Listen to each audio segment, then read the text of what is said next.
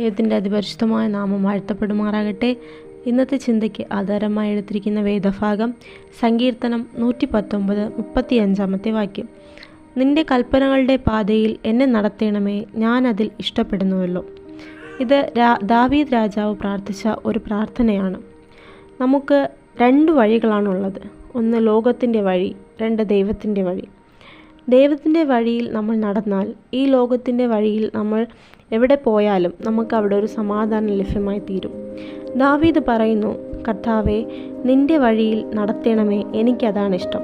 നമ്മുടെ ജീവിതത്തിലും ഏത് കാര്യമായാലും ദൈവത്തിൽ സമർപ്പിച്ച് അവൻ്റെ കൽപ്പനയിൽ നടന്നാൽ നമ്മുടെ പാത നേരെയാകും. യേശുവേ, നിൻ്റെ കൽപ്പനകളുടെ പാതയിൽ എന്നെ നടത്തണമേ എന്ന് പ്രാർത്ഥിക്കാൻ നമുക്കും പഠിക്കാം.